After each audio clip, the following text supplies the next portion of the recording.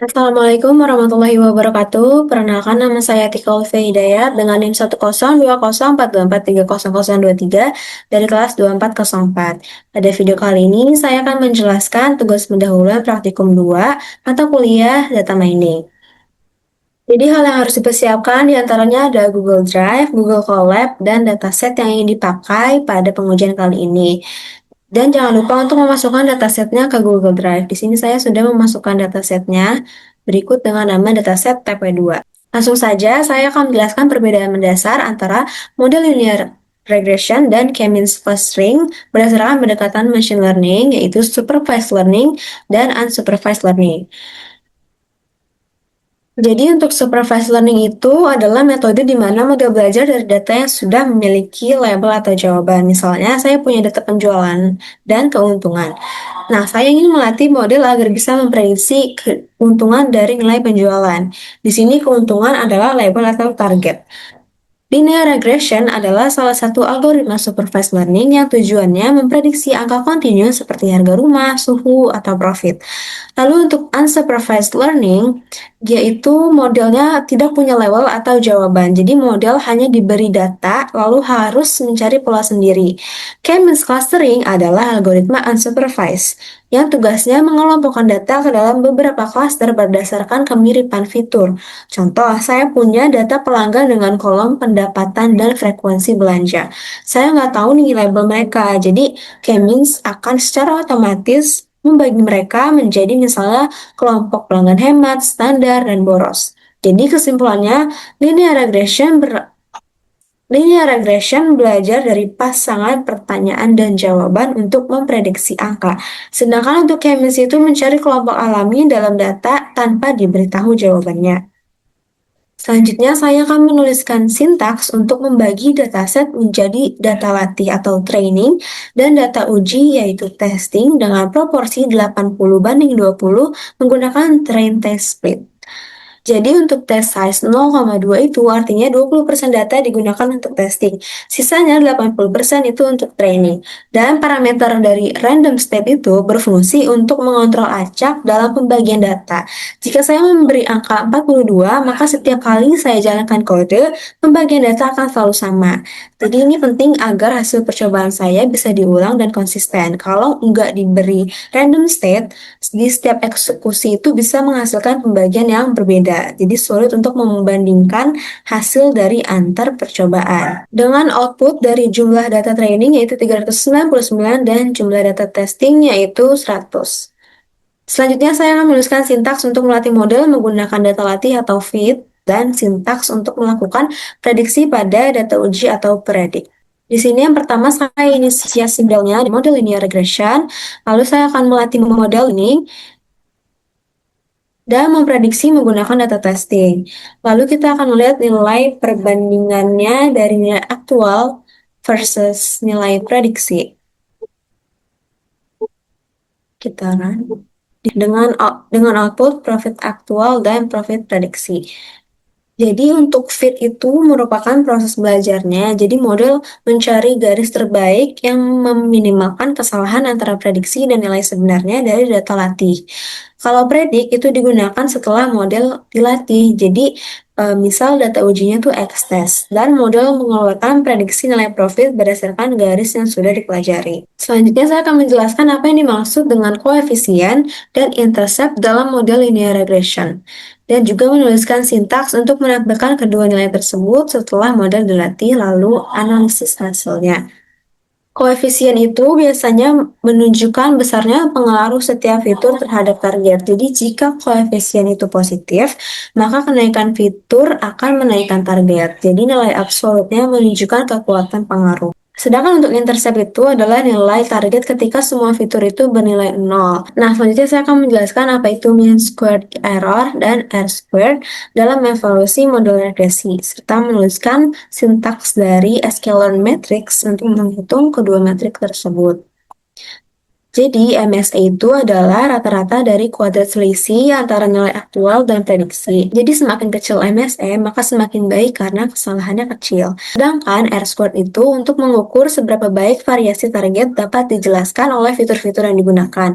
Nilai R-squared biasanya antara 0 sampai 1, bisa juga negatif jika model sangat buruk, dan semakin mendekati 1, semakin baik karena model mampu menjelaskan hampir semua variasi data. Di sini dari evaluasi modal menggunakan scalar matrix didapatkan MSE-nya dan R-squared-nya. Selanjutnya saya akan menjelaskan apa yang dimaksud dengan elbow method dalam algoritma K-means clustering dan bagaimana cara menentukan jumlah cluster yang optimal dari grafik elbow method tersebut. Jadi apa itu elbow method? Elbow method adalah cara yang digunakan untuk menentukan jumlah cluster yang paling optimal dalam K-means clustering. Jadi kenapa perlu untuk menentukan jumlah cluster? Karena di awal saya tidak tahu berapa banyak kelompok alami yang ada di dalam data. Dan apakah data ini cocok dibagi menjadi 2 klaster, 3 klaster, atau 5 klaster. Dan elbow method ini membantu saya untuk menjawab pertanyaan-pertanyaan tersebut. Cara kerjanya, elbow method itu bekerja dengan mencoba beberapa nilai K atau jumlah klaster, misalnya dari 1 sampai 10. Untuk setiap nilai K, saya menjalankan K-means dan menghitung nilai WCSS atau inersia. Nah, berikut adalah elbow methodnya. Nah, jadi si elbow method ini membantu saya buat nggak perlu nebak-nebak jumlah klaster.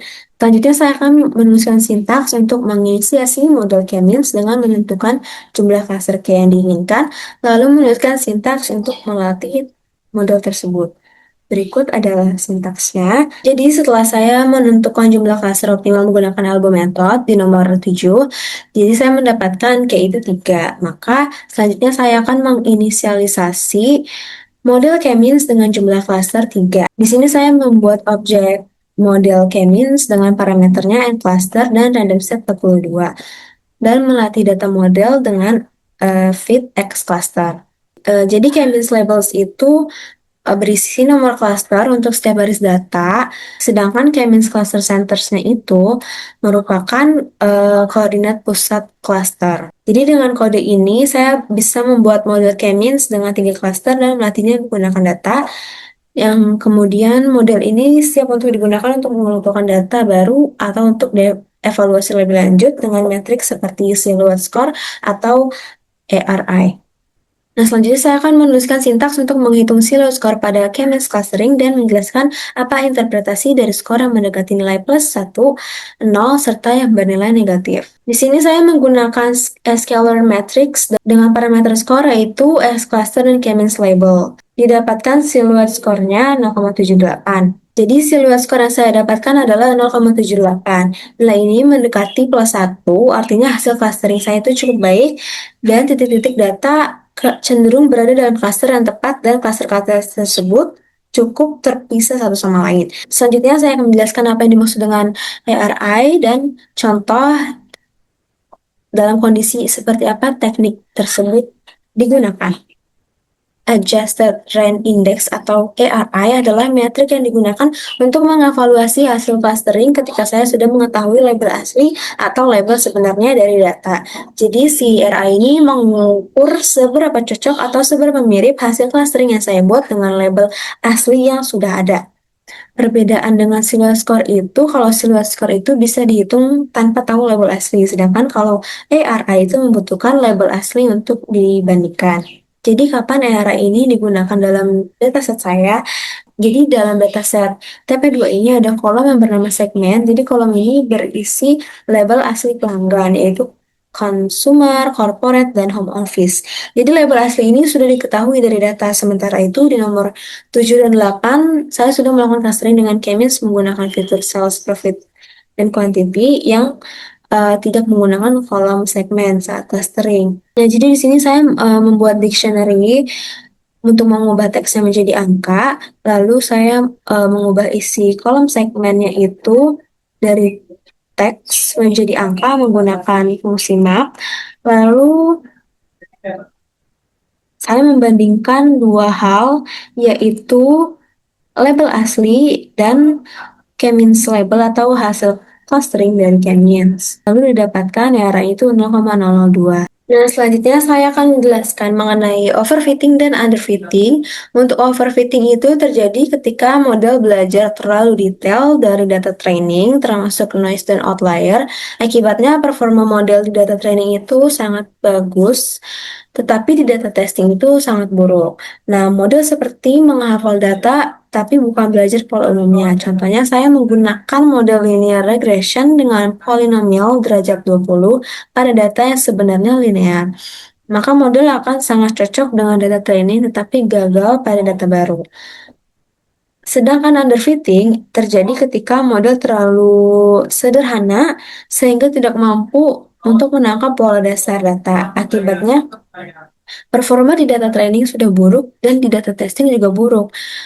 Maka model seperti nggak belajar apa-apa. Cara mengatasinya untuk overfitting bisa mengurangi kompleksitas. Kalian kurangi fitur, gunakan regularisasi atau tambah data training, dan untuk underfitting perlu menambah fitur atau menaikkan kompleksitas model. Sekian dari saya, kurang lebihnya mohon maaf. Wassalamualaikum warahmatullahi wabarakatuh.